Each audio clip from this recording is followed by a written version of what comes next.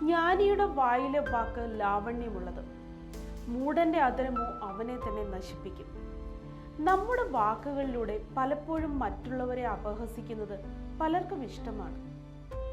എന്നാൽ സതുദ്ദേശത്തോടെ എങ്കിൽ പോലും മറ്റുള്ളവർക്ക് അപ്രിയമാം വിധം പറയാതിരിക്കുവാൻ കഴിയണം. ഏതൊരു സദസ്സിലും ഒരു വിഷയം അവതരിപ്പിക്കേണ്ട വിധത്തിൽ അവതരിപ്പിക്കുവാൻ കഴിഞ്ഞില്ല എങ്കിൽ അത് അവഗണിക്കപ്പെടും. മാത്രമല്ല, ഏറ്റവും ഉചിതമായ സമയത്തായിരിക്കണം അത് അവതരിപ്പിക്കുന്നത്. കൂടാതെ മറ്റുള്ളവർക്ക് വേദന ഉണ്ടാക്കാതിരിക്കാൻ നാം ശ്രദ്ധിക്കേണ്ടതാണ്.